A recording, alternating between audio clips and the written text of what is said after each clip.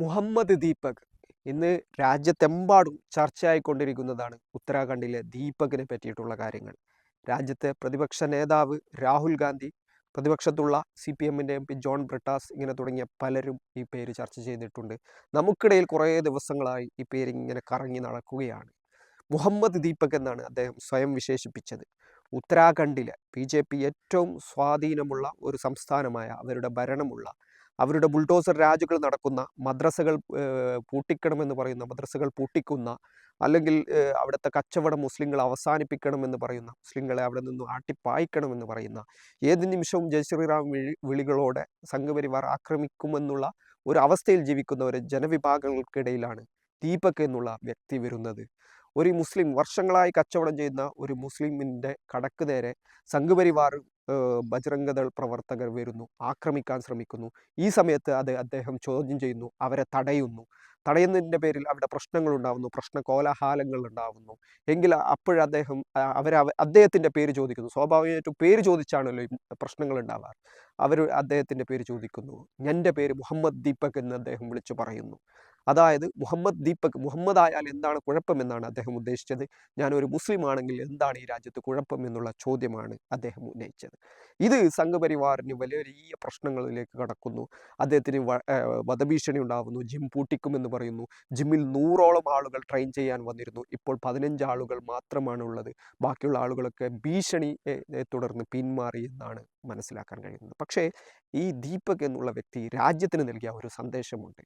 രാജ്യത്ത് കഴിഞ്ഞ 2014 ശേഷം വലിയൊരു സാഹചര്യം രൂപപ്പെട്ടിട്ടുണ്ട്. മുസ്ലിങ്ങളെ സംബന്ധിച്ചിടത്തോളം രാജ്യത്തെ ഏത് ഗല്ലികളിലും, ഏത് സംസ്ഥാനത്തും, ഏത് സ്ഥലത്തും, ഏത് നിമിഷവും സംഘപരിവാറിന് ആക്രമിക്കേണ്ട ഒരു വിഭാഗവും, തല്ലുകൊള്ളേണ്ട ഒരു വിഭാഗവുമായിട്ട് സമൂഹം കാണാൻ തുടങ്ങിയിരിക്കുന്നു. അവരെ ഏത് സ്ഥലത്തും ഏത് നിമിഷവും അവരെ ആക്രമിക്കാം. സംവിധാനങ്ങൾ നമ്മുടെ കൂടെ നിൽക്കും, ഇവിടെയുള്ള മറ്റുള്ള ആളുകൾ നമ്മുടെ കൂടെ നിൽക്കും എന്നുള്ള ഒരു തോന്നലുണ്ടായിരുന്നു. അത്തരം കാര്യങ്ങളുണ്ടായിരുന്നു, അത്തരം യാഥാർത്ഥ്യങ്ങളുണ്ടായിരുന്നു. ഇതിനെയാണ് ദീപക് എന്നുള്ള വ്യക്തി, മുഹമ്മദ് ദീപക് എന്നുള്ള പ്രഖ്യാപനത്തോടു കൂടി ഇല്ലാതാക്കിയത്. പലപ്പോഴും ഇന്ത്യയുടെ രാഷ്ട്രീയ സാഹചര്യത്തിൽ, ഇന്ത്യയിൽ നരേന്ദ്രമോദിക്കെതിരെ ഏറ്റവും വലിയ വിമർശനങ്ങൾ ഉന്നയിക്കുന്ന പ്രതിപക്ഷ നേതാവായ രാഹുൽ ഗാന്ധി ഇത്തരം മുസ്ലിം പ്രശ്നങ്ങളിൽ പലപ്പോഴും നിശബ്ദമായിരുന്നു. കാരണം എന്താണ്? മുസ്ലിം പ്രശ്നങ്ങൾ സംസാരിച്ചാൽ അത് കൂടുതൽ വർഗീയതയിലേക്ക് പോകുമോ എന്നുള്ള ഭയം കോൺഗ്രസിനെ സംബന്ധിച്ചിടത്തോളം ഉണ്ടായിരുന്നു. അങ്ങനെയുള്ള ഒരവസ്ഥയിൽ രാഹുൽ ഗാന്ധിക്ക് പോലും സംസാരിക്കാൻ പറ്റുന്ന രീതിയിലേക്ക് കാര്യങ്ങൾ വന്നു. അതായത് ഈ സംഘപരിവാര ഭീഷണികളെ, ഈ ബജ്രംഗദളിൻ്റെ ഭീഷണികളെ, അല്ലെങ്കിൽ ഇത്തരം കാര്യങ്ങൾ അവർ നടപ്പിലാക്കുന്നത് അവർക്കിടയിൽ എതിർപ്പില്ലാത്തത് കൊണ്ടാണ്. രാജ്യമെമ്പാടും ഇത്തരം ക്രിമിനൽ പ്രവർത്തനങ്ങൾ അവർ നടത്തുമ്പോൾ, ആൾക്കൂട്ട ആക്രമണങ്ങൾ നടത്തുമ്പോൾ, അത് തടയേണ്ട ആളുകൾ ആരും തടയാൻ തയ്യാറാവാത്തത് കൊണ്ടാണ് അവർക്കത് പ്രചോദനമായി മാറുന്നുള്ളത്. നിവർന്നു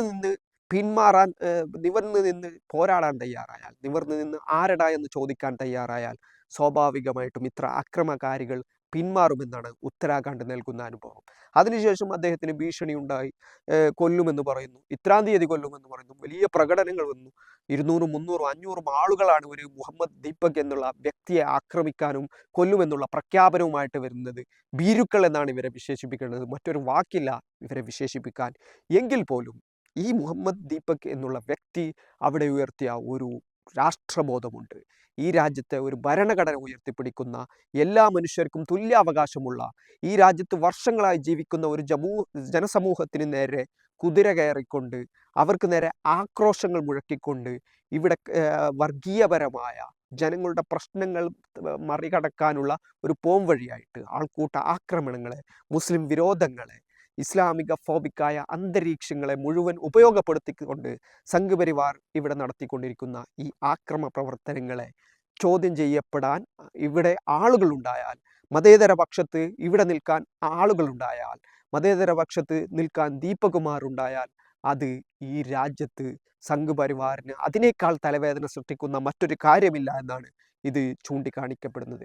രാജ്യമെമ്പാടും ഇത്തരം ആക്രമകാരികൾക്കെതിരെ എതിർത്തു നിൽക്കേണ്ട ആളുകൾ എതിർത്തു നിന്നാൽ, ഇത്തരം പിന്മാറ്റങ്ങൾ ഉണ്ടായില്ലെങ്കിൽ, ഇപ്പോൾ 100 പേർ ജിമ്മിൽ വന്നിരുന്നു, അതിൽ 15 പേരായി ചുരുങ്ങിയെന്ന് പറയുന്നു.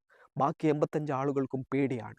അവരെ സംബന്ധിച്ചിടത്തോളം വീണ്ടും തങ്ങൾ ആക്രമിക്കപ്പെടുമോ, തങ്ങളുടെ വീട് ആക്രമിക്കപ്പെടുമോ, ഈ ദീപകിൻ്റെ ജിമ്മിൽ പോയാൽ, ദീപകുമായി സഹകരിച്ചാൽ, ദീപകുമായി സംസാരിച്ചാൽ തങ്ങളെ അത് ബാധിക്കുമോ എന്നുള്ള ഭയം മൂലമാണ് ബാക്കിയുള്ള ആളുകൾ പിന്മാറിയത്. പക്ഷേ ആ ഭയം ഇല്ലാതാവുന്ന സാഹചര്യമുണ്ടായാൽ രാജ്യമെമ്പാടും മാറ്റങ്ങളുണ്ടാവും. ഭയത്തിൻ്റെ അന്തരീക്ഷത്തിൽ കെട്ടിപ്പടുത്തിട്ടുള്ള സർവ്വ ഫാസിസ്റ്റ് സന്നാഹങ്ങളും ഇല്ലാതെയാവും. അതാണ് ലോകത്തിൻ്റെ ചരിത്രം എന്നുള്ളത്. രാജ്യത്തും അത്തരം മാറ്റങ്ങൾ ഉണ്ടാവാൻ പോകുന്നു എന്നതാണ് ദീപകുമാർ നൽകുന്ന സൂചന എന്നുള്ളത്. ഇത് വലിയ പ്രോസസ്സാണ്. ഒരുപാട് ആളുകൾ ഈ ദീപകുമാരുടെ ശൈലിയിലേക്ക്, ഇവിടെ അക്രമ പ്രവർത്തനം നടത്തുന്ന ആളുകൾക്ക് മുമ്പിലേക്ക് തങ്ങളുടെ യാഥാർത്ഥ്യങ്ങളുമായി വന്നാൽ, ചോദ്യം ചെയ്യലുകൾ ഉണ്ടായാൽ തീർച്ചയായും അവരുടെ ഇത്തരം ക്രിമിനൽ പ്രവർത്തനങ്ങൾ കൂടി അവസാനിപ്പിക്കാൻ നിർബന്ധിതരാകുമെന്ന് തന്നെയാണ് ഇത് സൂചിപ്പിക്കുന്നത്.